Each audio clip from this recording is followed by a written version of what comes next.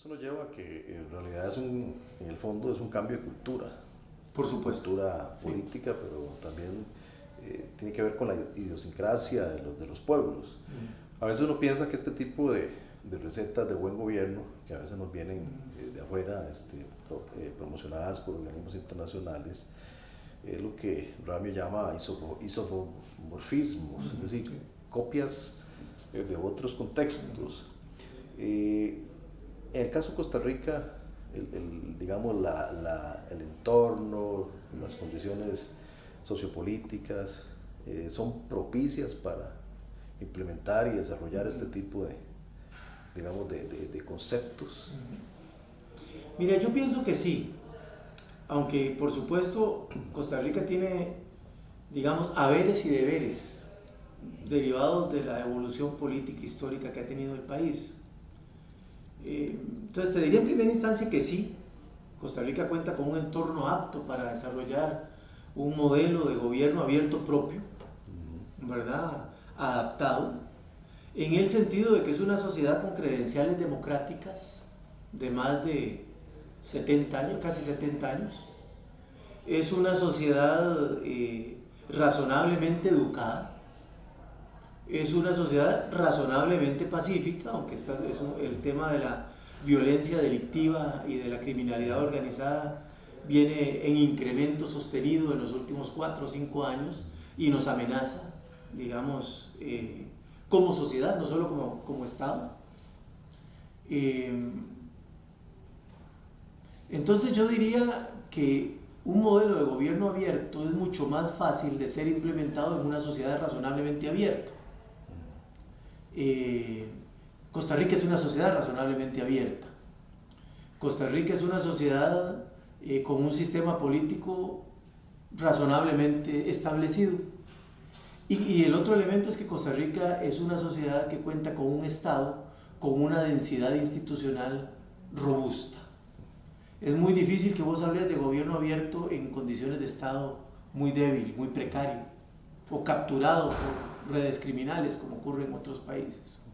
Entonces digamos que tenemos ese tipo de haberes. ¿Qué te digo? Una sociedad razonablemente educada, razonablemente pacífica, razonablemente informada. Bueno, por supuesto tenemos el debate sobre la calidad de la información y sobre el tema de las estrategias de desinformación, noticia falsa, todo esto. Pero bueno, aún así es una sociedad razonablemente apropiada de sus mecanismos de participación democrática, y es una sociedad que cuenta con un Estado con una densidad institucional robusta. O sea, ahí tenemos un conjunto de haberes que me parece que son buenos, son un capital de origen para implementar un proceso de gobierno abierto.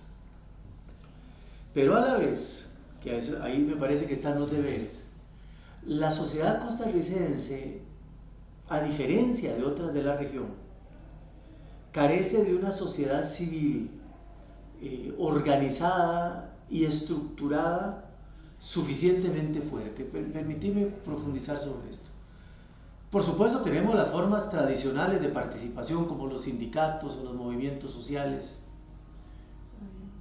a lo mejor con excepción posiblemente de los sindicatos de empleados públicos venidos a menos, un poco en el marco de esta crisis global que enfrentan las formas de representación y organización social tradicional, ¿verdad? Porque los hemos visto entrar en crisis en muchos países, tanto del mundo desarrollado como del mundo en desarrollo.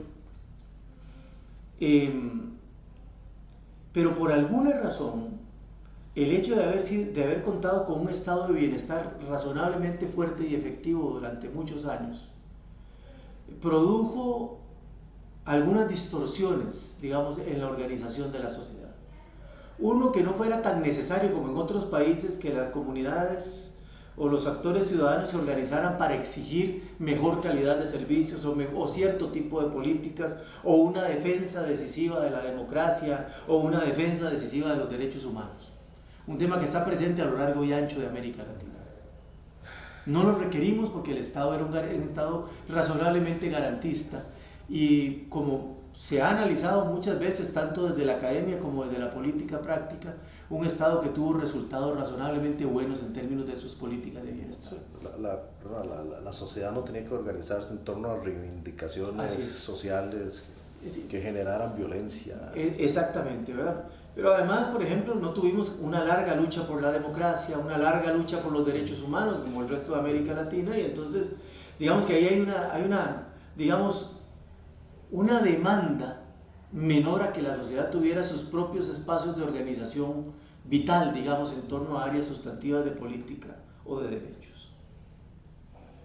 Lo segundo es que un estado de bienestar tan fuerte produjo en cierto momento una suerte de modelo de sociedad civil tutelada, las asociaciones de desarrollo comunal.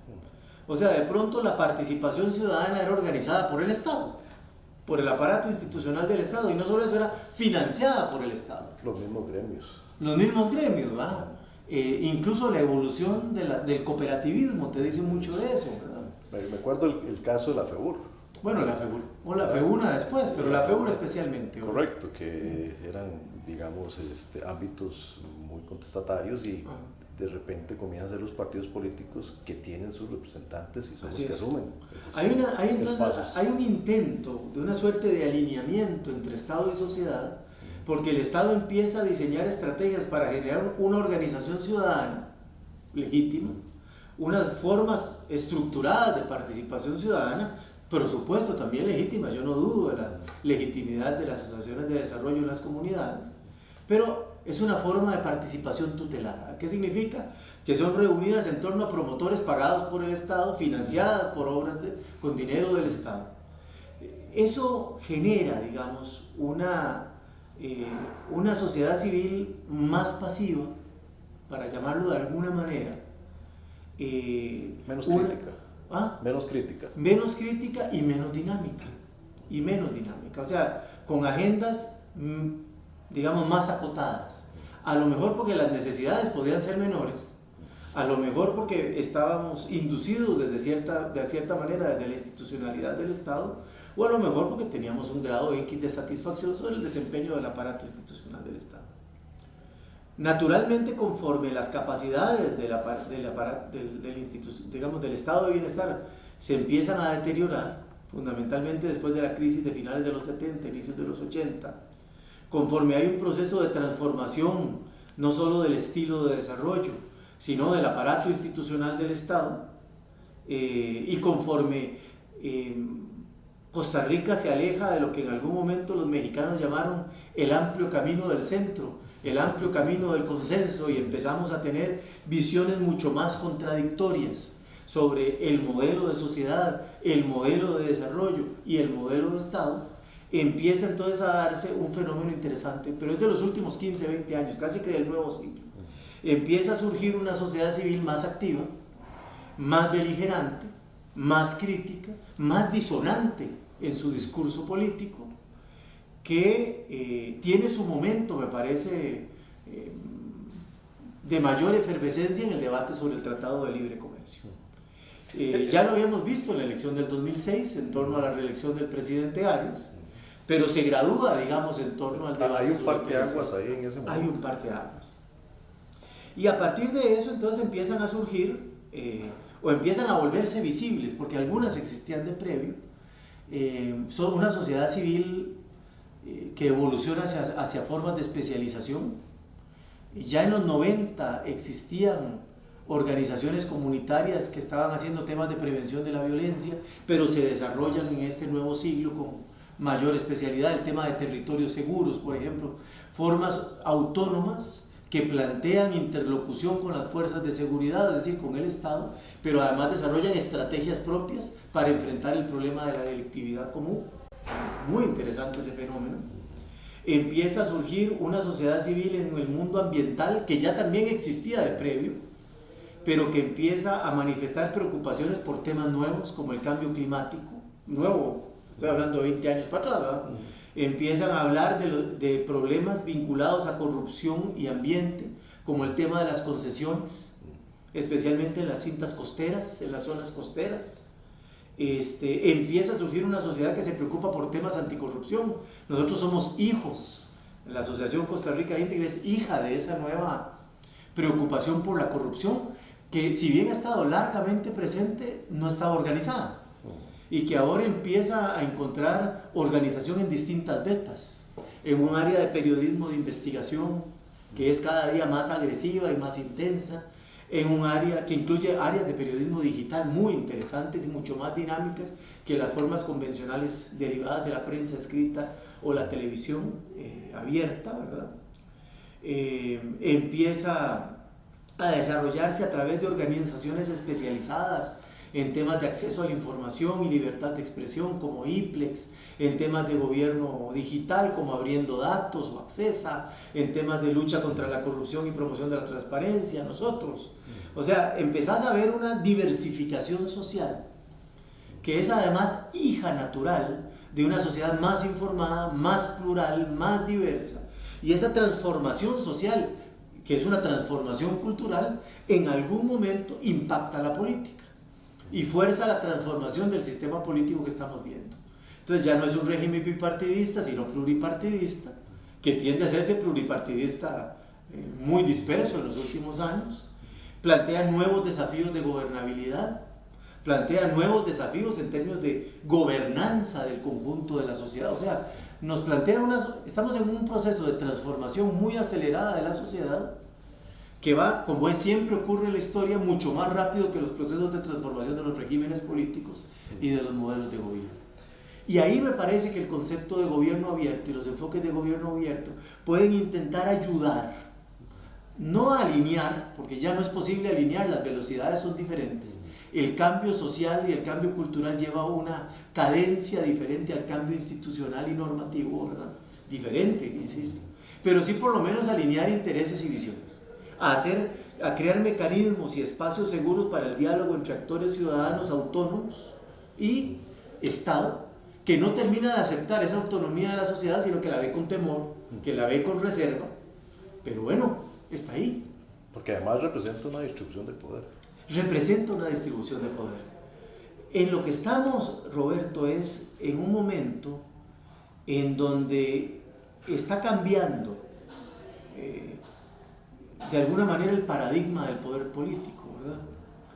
Durante toda la historia, digamos, desde el Estado-Nación para acá y posiblemente desde antes, la lógica del poder siempre fue concentrarse.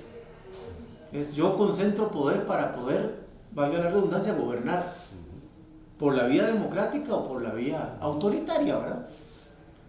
El tipo de sociedades a las que vamos, ¿verdad?, profundamente dispersas, profundamente plurales, profundamente contradictorias, mucho más informadas, conlleva inevitablemente la desconcentración de ese poder. O sea, el nuevo paradigma de la política a la que deberíamos ir, no sé si vamos porque todavía hay regresiones autoritarias muy duras, es el de la concesión de poder. El nuevo paradigma de la política, la nueva política, es cederle poder a la gente. Yo le cedo poder a la gente y cediéndole poder a la gente le doy responsabilidad.